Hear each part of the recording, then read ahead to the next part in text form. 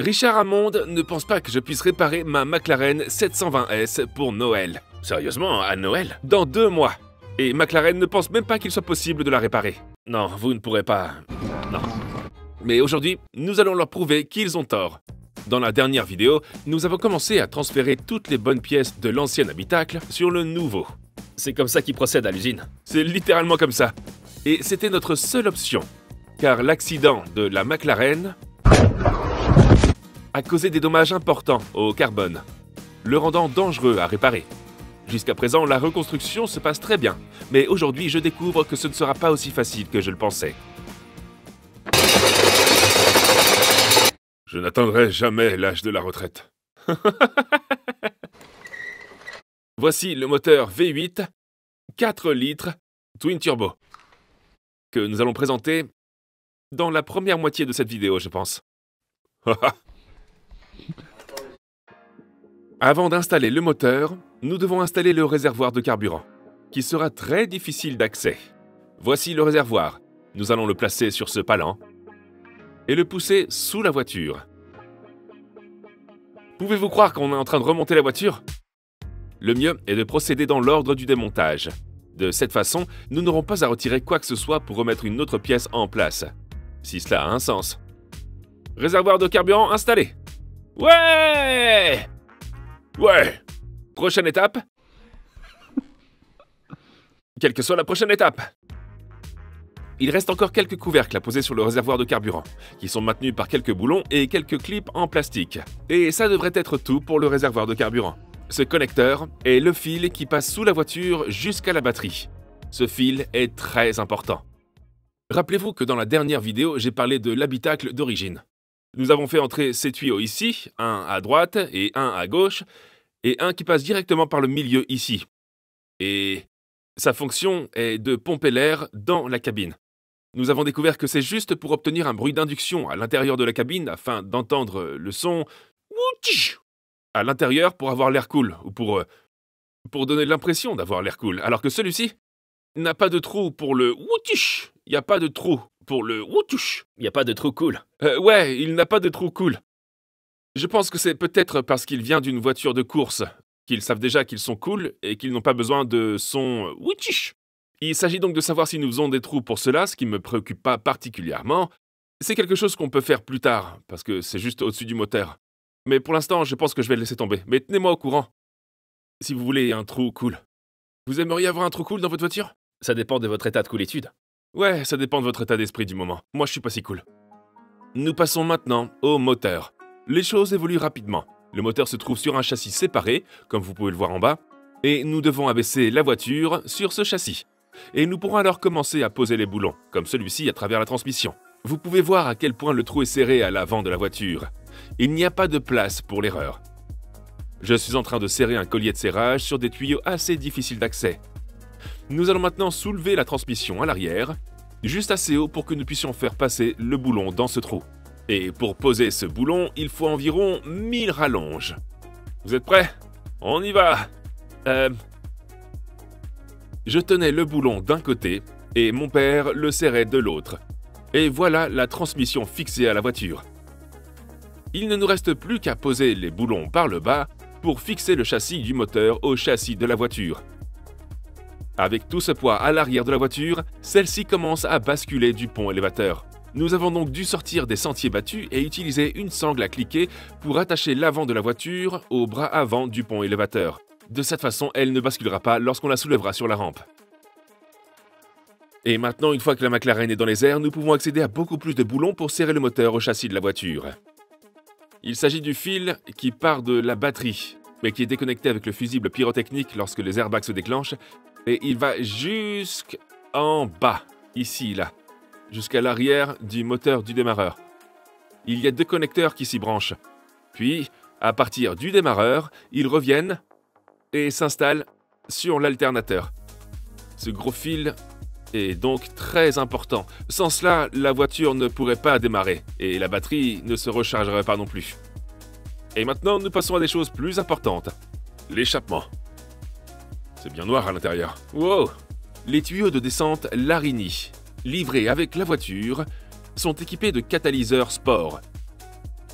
ce qui devrait améliorer les performances. La prochaine chose à faire, c'est le refroidisseur de charge. Ce refroidisseur refroidit l'air, qui va du turbo à l'admission. Il est évident que l'air plus frais est plus dense, et que l'air plus dense signifie plus de puissance. C'est donc par là que l'air entre.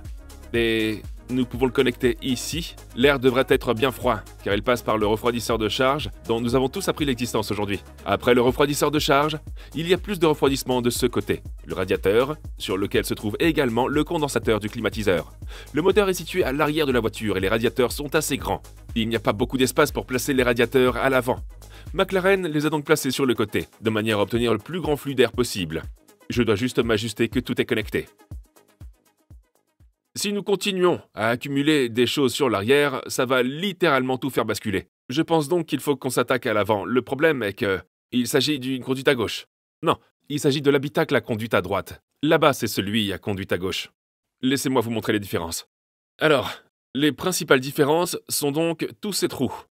Ainsi, sur le bac à conduite à droite, le faisceau sort normalement de ce trou et de ce trou. Et votre crémaillère de direction sera de ce côté-ci, et votre frein pourrait être de ce côté-ci. Nous devons tout basculer là, ce qui semble faisable. Pas de problème. Mais le trou pour le frein est beaucoup plus petit que celui-ci. Vous pouvez voir qu'il faut qu'il ait cette taille. Le trou n'est pas un problème, ce sont les boulons qui posent problème. Et si nous fourrons l'endroit où se trouvent ces marques, il se pourrait que ce soit un tout petit peu douteux. Ce côté est parfait parce qu'on peut l'ouvrir et l'agrandir. Et ce côté est parfait parce que nous pouvons le couvrir et nous pouvons également percer ce trou de ce côté. Je pense donc que la meilleure façon de procéder en interne, et je ne vois pas d'autre solution, est que nous avons remarqué que tout le carbone de la voiture est littéralement collé ensemble, comme ceci. Tout le carbone est collé, là. Vous pouvez le voir ici. Donc, je pense que si nous découpons la section de cet habitacle de conduite à gauche et que nous la plantons dans cet habitacle de conduite à droite, et que nous la collons, je pense que c'est notre meilleure chance. Nous nous en tiendrons là. Mais vous savez quoi? Faisons-le. Et on partira de là. C'est à vous de juger. Mais moi, je pense que ça va marcher. En bref, nous allons faire en sorte que cela ressemble à ceci. La meilleure façon de procéder, et la plus précise, consiste à découper l'habitacle cassé. En fait, nous pourrions simplement percer 3 trous et placer le mètre-cylindre de frein dans le nouveau bac, mais ce n'est qu'une précaution. C'est donc à cela que c'est censé ressembler. Maintenant, il faut trouver comment mettre ceci sur cela, ce qui devrait aller dans... Oh, regardez le gant! Ça va aller comme ça. Ah, c'est plutôt bien. Ça va nous donner l'emplacement exact du trou pour la crémaillère de direction, ainsi que l'emplacement de tous les composants de freinage. Je vais donc tracer le trou pour la crémaillère de direction et le trou pour les freins.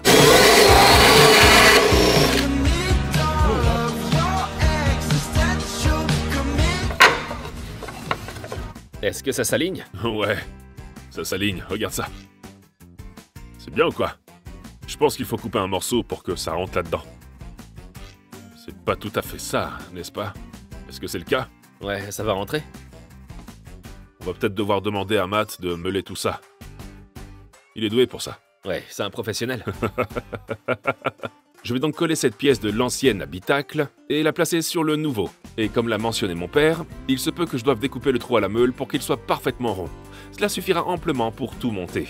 Car la seule pression que subit ce dispositif provient de l'intérieur de la voiture. Mais qu'en pensez-vous? Était-ce la meilleure idée? Nous sommes sur le point de le découvrir. Oh, on est dedans! Le cerveau de frein s'insère dans le trou et se monte bien. Mon père n'a qu'à percer des trous de l'autre côté de l'habitacle, là où passeront les faisceaux de câbles. Nous devons également combler quelques trous dont nous n'avons pas besoin, à l'endroit où la crémaillère de direction serait passée sur une voiture à conduite à droite. Non seulement ça, mais il y a aussi d'autres choses à changer, comme ce support qui se trouve sous le tableau de bord. Ok, et voici celui de la conduite à gauche. Oh! Regardez, plus besoin de perceuse. Percer les trous nécessaires. Bonne Angleterre. De plus, nous devons également percer les trous qui permettent de fixer la pédale d'accélérateur à l'habitacle. Voici le magnifique pochoir que j'ai réalisé précédemment et qui me permet maintenant de marquer l'emplacement des trous et de les percer dans l'habitacle. Je vais y mettre des écrous arrivés pour pouvoir le visser comme en première monte, et j'introduis ma pédale d'accélérateur en m'assurant qu'elle est bien droite. Ok, la réparation est en place. Regardez par ici, regardez par ici. Vous ne le sauriez jamais, à part cette partie, mais vous ne le sauriez jamais. C'est bien solide et bien ancré, donc tous les autres trous sont donc bons. Ça c'est de la bonne taille, ça aussi c'est de la bonne taille, tous les écrous arrivés sont au bon endroit. Nous sommes maintenant prêts à commencer à faire passer des câbles à l'avant et à développer lentement le train avant. Donc, ouais, qui va faire passer les fils? C'est toi qui pousse et c'est moi qui tire. Cool. Enfin, le faisceau de câbles peut être acheminé vers l'avant. Ok, c'est passé. Je sais pas où il est passé. Bon, nous passons par la moitié inférieure qui se trouvait sur le côté gauche de la voiture. Ensuite, il faut savoir où tout est passé. Le câblage est en place, mais pour être honnête, j'ai aucune idée de l'endroit où il est passé, ni de l'endroit où il va, ni de l'endroit où il se trouve. On va mettre les jambes en place, et cela permettra de contrebalancer un peu le poids de l'arrière. Ensuite, on a mis les jambes en place. Je devrais être en mesure de voir où tout cela est allé, et je pourrais commencer à le faire. Ça a donc permis de le décoincer. Je l'ai retiré. Tu l'as retiré? Je l'ai retiré. Moi aussi. Ouais! On transfère. Ok, nous y voilà. Je suis dedans. On est dedans. Oh! Regardez-moi ça. C'est la saison de transfert. L'avant est maintenant sur la McLaren. Je peux maintenant comprendre où sont passés tous les câbles. Et ce n'est pas aussi grave que ce qu'on pensait. Nous y voilà, on vit une période passionnante. Le boîtier de chauffage est en cours d'installation. On essaye de travailler aussi vite que possible parce que plus on attend et plus cela prend du temps. Et plus on oubliera comment on doit tout reconstituer. Et en plus, c'est l'heure du déjeuner. Et si nous sortons pour aller déjeuner, on va perdre trop de temps. Mais heureusement, nous avons YFood. Happy Banana! Je suis happy! Alors, c'est bon? C'est très bon. YFood est une boisson de remplacement de repas. Pas une boisson diététique, ni un shake protéiné. Il remplace simplement un repas. Il contient 26 vitamines et minéraux. Il est riche en protéines, il est sans lactose, sans gluten et sans sucre ajouté. C'est pourquoi c'est parfait pour les personnes qui, comme nous, sont constamment en déplacement. Oh, YFood propose un grand nombre de saveurs différentes, mais également des options végétaliennes. C'est l'alternative saine parfaite à la restauration rapide à l'heure du déjeuner, du dîner ou même du petit déjeuner. Mais que se passe-t-il si le téléspectateur veut goûter à la nourriture YFood? Eh bien, tout le monde peut essayer YFood à la maison.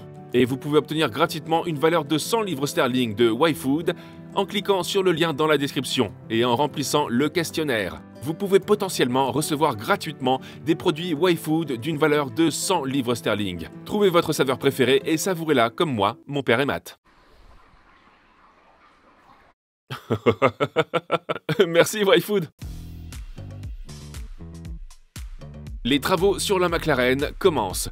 Le servo-frein a été mis en place.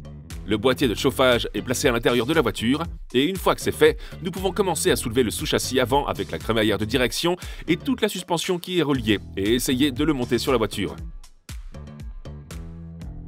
Nous allons placer le châssis avant sur un cric, puis pousser le cric sous la voiture et abaisser la McLaren sur le châssis. Je vais ensuite poser les boulons qui maintiennent l'amortisseur sur la voiture et cela devrait suffire à soutenir l'ensemble du sous-châssis avant. Je soulève ensuite la voiture sur la rampe et je serre tous les boulons qui maintiennent le sous-châssis sur la voiture. Il s'agit maintenant de tout remettre en place. Et vous pouvez voir à quel point les minutes passent vite. Je dois trouver où est passé le câblage, où ont été acheminées les conduites de frein et où est passée la pompe ABS. Et m'assurer que je serre vraiment bien tout sans oublier un seul boulon. Car une erreur ici pourrait m'amener à retirer tant de choses pour réparer quelque chose que j'ai manqué. Je suis en train de fixer toutes les conduites hydrauliques de la suspension de la McLaren, qui sont censées être un système très complexe, et qui pourraient devoir être installées par McLaren eux-mêmes. Mais nous y reviendrons un peu plus tard. Maintenant, je pense que c'est fait. Voilà. C'est à peu près tout ce qu'il y a, à part le reste de la partie frontale, comme tout ce qui est important. Maintenant, à l'intérieur. Il est évident que nous devons lever le tableau de bord. Mais Pour les pédales, mon père a installé la pédale de frein au bon endroit. Mais cette pièce-là va nous causer pas mal de maux de tête. Donc, cette pièce va ici, à peu près, sur la conduite à gauche. Mais il n'y a pas de trou sur l'habitacle parce que c'était censé aller à droite. Cette pièce soutient le tableau de bord et la crémaillère de direction. Il faut donc l'installer au bon endroit. Et je pense que la seule façon de le faire, c'est d'utiliser un pochoir de ce côté, mais je pense pas que ça va bien se passer. Je pense que la seule façon de procéder est de soulever littéralement le tableau de bord, de le mettre en place, de marquer son emplacement, puis de percer les trous pour le fixer. Ouais, c'est ce qu'on va faire. Faisons ça. Matt et moi allons le soulever. C'est l'heure du tableau de bord. Mais ce ne sera pas aussi simple. Voici le support dont je parlais. Cette partie se monte sur la crémaillère de direction ici, puis l'autre partie se monte sur le tube en carbone. Je vais boulonner ce support sur la crémaillère de direction, puis Matt et moi allons lentement soulever le tableau de bord pour le mettre en place et le boulonner au tube de carbone avec les autres boulons. Et une fois qu'il est maintenu en place, je vais aller sous le tableau de bord, dessiner un pochoir pour le support, puis soulever le tableau de bord pour le retirer. Le pochoir est poché. On s'est assuré d'avoir tout bien fait. Il ne nous reste plus qu'à percer les trous et à boulonner le tout.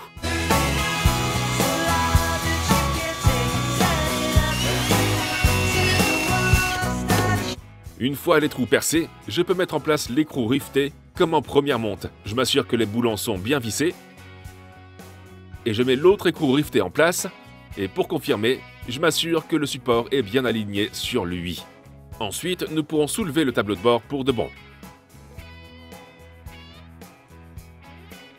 En dessous, je dois monter la colonne de direction sur la crémaillère, que vous pouvez à peine voir ici.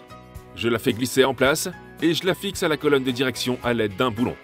Et les téléspectateurs les plus attentifs remarqueront encore un trou que nous devons combler. Mais nous y reviendrons plus tard. Pour l'instant, mon objectif principal est de démarrer la voiture. Bon, je m'occupe des freins. Pourquoi tu fais les freins? Je fais les freins parce que la voiture ne démarre pas sans pédale de frein. Il faut une pédale de frein pour que la voiture démarre. Matt s'occupe du tableau de bord. Je vais donc m'occuper des freins. On va donc remplir le réservoir pour qu'il s'écoule dans les tuyaux ouverts, et on espère qu'il chassera tout l'air. On a besoin de Monsieur Push? Oh oui, Monsieur Push. On a besoin de Monsieur Push? Oui, on peut utiliser Monsieur Push. C'est quoi, Monsieur Push? Monsieur Push, je sais pas, c'est un de ses trucs à lui. Donc, il faut relier l'étrier à la conduite de frein. Parce que nous n'avons pas de suspension arrière pour le moment. Et que nous allons mettre un morceau de bois à l'intérieur. Non, il rentre pas. Oh, ça rentrera dans une minute. On va mettre un morceau de bois là-dedans, de sorte que lorsqu'on actionnera le frein, il reste ferme parce qu'il agit comme un disque. Mais l'étrier arrière droit était encore attaché à tout. Et mon père a donc dû le retirer. Arrêt au stand! 1,7 secondes, c'est un record. Pour McLaren, ouais. Vous pourriez avoir l'un d'entre eux. Comment est-ce qu'on peut obtenir l'un d'entre eux, Tony? En allant sur le site de marchandises et en commandant. Oh, attention à la roue. Oh non, c'est pas bon. Pourquoi? Regarde. Qu'est-ce que t'en dis? Il a péri. L'étrier était abîmé. Mais je pense qu'il est réparable. Il ne reste plus qu'à percer quelques boulons. Mais en attendant, nous avions une alternative pour obtenir la pression de freinage. Il s'agit du tuyau cassé. On va le fixer comme ça. Puis on prendra des pinces et on le fixera. Ce tuyau cassé nous permettra tout de même d'obtenir la pression de freinage, parce que mon père va juste serrer le tuyau ici. Pendant ce temps, je suis toujours à l'intérieur en train d'assembler le tableau de bord et d'acheminer tout le câblage à l'intérieur. C'est pas l'un de mes travaux préférés. On attache Monsieur Push. Vous savez pourquoi on l'appelle Monsieur Push? Pourquoi? Oui, parce que c'est pas madame. Parce qu'il utilise l'air du pneu. L'air du pneu pousse tout le liquide de frein en dehors des étriers. C'est exact. Bien qu'il ne s'appelle pas Monsieur Push, c'est simplement le nom que nous lui avons donné. Mais pour l'instant, il pousse le liquide de frein dans tout le système de freinage. La pédale devrait donc fonctionner. J'ai purgé tous les freins. J'ai une bonne pédale. Je pourrais commencer dans une minute quand il aura fini son travail. Bien que la voiture ne soit pas entièrement remontée, je veux la construire suffisamment pour qu'elle démarre. Je sais ainsi que je n'aurai rien oublié. Le refroidisseur d'huile. Si vous vous souvenez de la vidéo précédente, il fuyait. Eh, regarde. Il est réparé, pourquoi t'en as besoin d'un nouveau? Parce que c'est pas une réparation infaillible, n'est-ce pas? Mon père parle de faits. Voici un refroidisseur d'huile d'occasion que j'ai réussi à obtenir et qui remplacera le refroidisseur endommagé. La dernière fois que nous avons démarré la voiture avec l'ancien bac, l'huile de la boîte de vitesse est échappée du refroidisseur d'huile. D'accord, il y a 2 sorties d'eau et 2 sorties d'huile. C'est ainsi que fonctionne un refroidisseur. Il comporte un canal pour l'huile et un canal pour le liquide de refroidissement. Le liquide de refroidissement refroidit l'huile, ce qui garantit qu'elle est à la bonne température de travail. Les pédales sont en place. De nouveaux trous ont été percés pour l'accélérateur. Hop. Ouais. Techniquement parlant, vous pouvez installer les pédales d'accélérateur et de frein sur le côté droit de la voiture, puisqu'il y a maintenant des trous pour les 2 côtés. La prochaine chose à faire pour qu'elle démarre sont les calculateurs. Il y a un calculateur sur le côté gauche du moteur qui contrôle le banc gauche du V8. Je le mets en premier. Et il y a également un calculateur pour le côté droit du moteur, qui contrôle le banc droit. Les bouchons sont endommagés sur ce calculateur.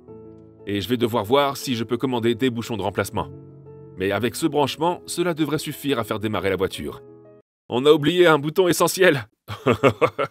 Le bouton Start. Le bouton Start. L'huile 0W40 est ajoutée et nous utilisons de l'huile Mercedes-Benz. Tu sais pourquoi? Pourquoi? Demande à Matt, il saura. En fait, nous avons découvert que McLaren utilise d'autres pièces Mercedes. Laissez-moi vous montrer. Ce qui est amusant, c'est que nous avons maintenant besoin d'une source d'énergie électrique. Pour démarrer la voiture, on a besoin d'une batterie. Mais ce qui empêche la batterie d'alimenter le démarreur, c'est ce fusible pyrotechnique. Juste là. Si vous vous rendez chez McLaren pour commander un fusible pyrotechnique, il ne fait aucun doute qu'ils essaieront de vous vendre ce panneau complet, qui pourrait coûter très cher, mais nous y voilà. Voici le fusible pyro. Tu vois ça, Matt? Est-ce que ça dit Mercedes? Fusible pyro Mercedes-Benz. Et en fait, ce fusible pyro, je l'ai commandé sur eBay. 116,49 livres sterling. Mais il n'est pas encore arrivé, donc je vais devoir utiliser le jumper. Mais la conclusion, c'est qu'ils ont utilisé un fusible pyrotechnique de chez Mercedes-Benz. C'est ici que le fusible pyrotechnique devrait être monté. Mais nous n'avons pas encore le nouveau. Je vais donc relier ce câble au moteur du démarreur directement à l'alimentation, comme nous le faisons habituellement. Et maintenant, je peux soulever la batterie pour enfin faire démarrer cet engin. Oh oui.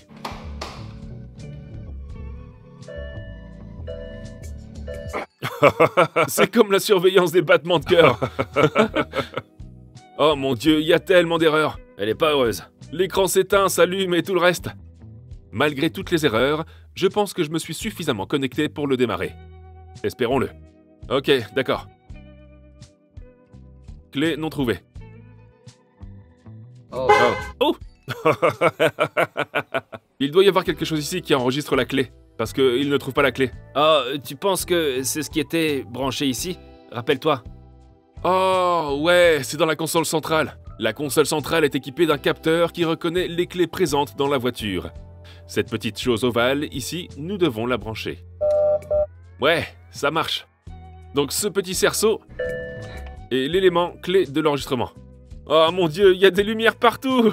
Il y a vraiment plus de lumière maintenant. Ouais, regarde! C'est comme la Ferrari Nico. C'est littéralement la voiture de Nico. Je pense qu'il faut que t'essayes. J'essaye de la démarrer alors? Ouais. Ok, tous les voyants sont allumés. C'est... regarde-moi ça! On va quand même essayer de la démarrer. Ok, je freine, ce qui me pousse vers l'arrière de la voiture. Nous y voilà. Rien? Non.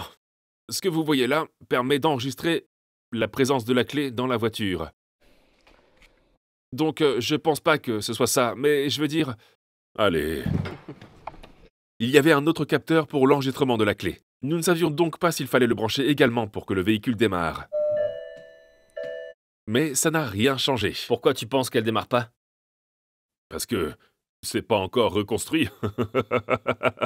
J'avais du carburant, j'avais de l'huile, j'avais une batterie. Mais la voiture ne démarrait pas. J'étais en train de tout vérifier pour m'assurer que j'avais bien connecté tous les fils de terre. Et je réessayais. Nous y voilà. Mais là encore, rien. C'est mort? Ah. J'ai ensuite vérifié si j'avais branché la pompe à carburant. Ouais, c'est le cas. Mais même si c'était pas le cas, il aurait quand même démarré. On n'arrive même pas à le faire tourner. Pourquoi est-ce qu'il démarre pas, là? Le feu de freinage est allumé. La pression de freinage est présente, mais le moteur ne démarre pas. Tout fonctionne, absolument tout fonctionne. Tout sauf le démarrage. Nous avons alors appelé notre bon ami qui en connaît un rayon sur les McLaren, surtout celles qui sont en panne. Est-ce qu'il y a quelque chose qui a besoin de... Ouais, alors écoute, appuie sur la pédale de frein aussi fort que possible. Quoi, vraiment comme un coup de poing presque? Ouais. Ouais, il faut vraiment que tu la poignardes. Vas-y. Ok, j'essaye. Ok. Non, ça fait un bruit bizarre, ça fait... Mais il y a pas de... on n'a pas de porte, est-ce que ça a de l'importance? Non, ça a pas d'importance. Est-ce que le bouton de démarrage clignote? T'as dit que t'avais purgé les freins, tu sens la pression? Ouais, la pression de freinage est complète, ouais. Elle est au maximum. Et nous savons que le contracteur de freinage fonctionne, parce que les feux de freinage s'allument à l'arrière. Je me demande simplement ce que ça pourrait être d'autre que des fils de terre. Lorsque toutes tes cellules sont en place, il suffit d'appuyer sur le frein et de voir ce qui se passe. Ok, on va essayer. À bientôt, Freddy. Salut, mec. Bye. Freddy semble penser que nous avons coché toutes les cases. Mais le moteur ne démarre toujours pas. Alors mon père a voulu essayer sa technique. Eh bien, je vais voir si on peut le faire démarrer avec ça. Mon père avait l'intention d'alimenter directement le moteur du démarreur pendant que je mettais le contact. Nous allions voir si cela fonctionnerait.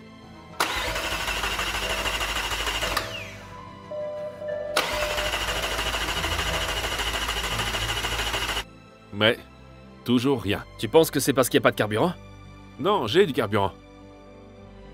Il se peut qu'il n'y ait même pas d'étincelle, c'est peut-être ça.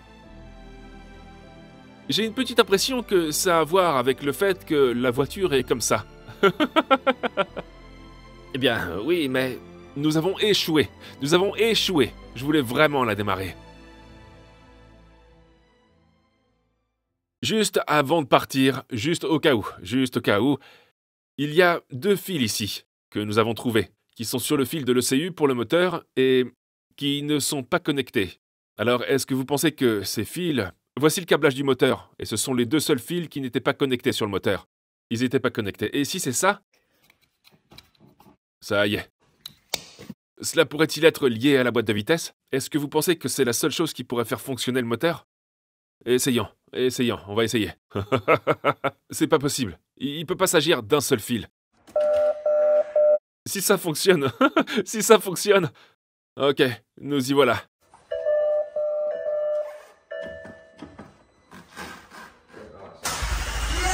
Ouais. Qu'est-ce que c'était? L'huile s'est échappée du bouchon de remplissage.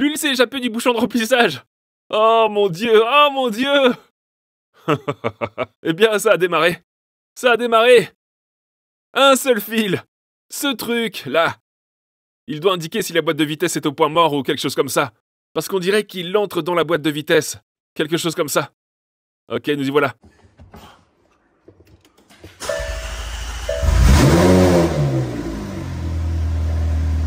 Ouais!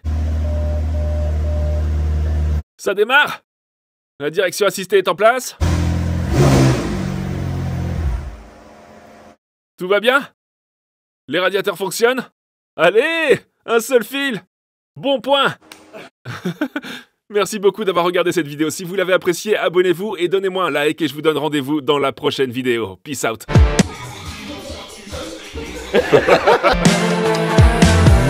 Like a drug that I just can't deny.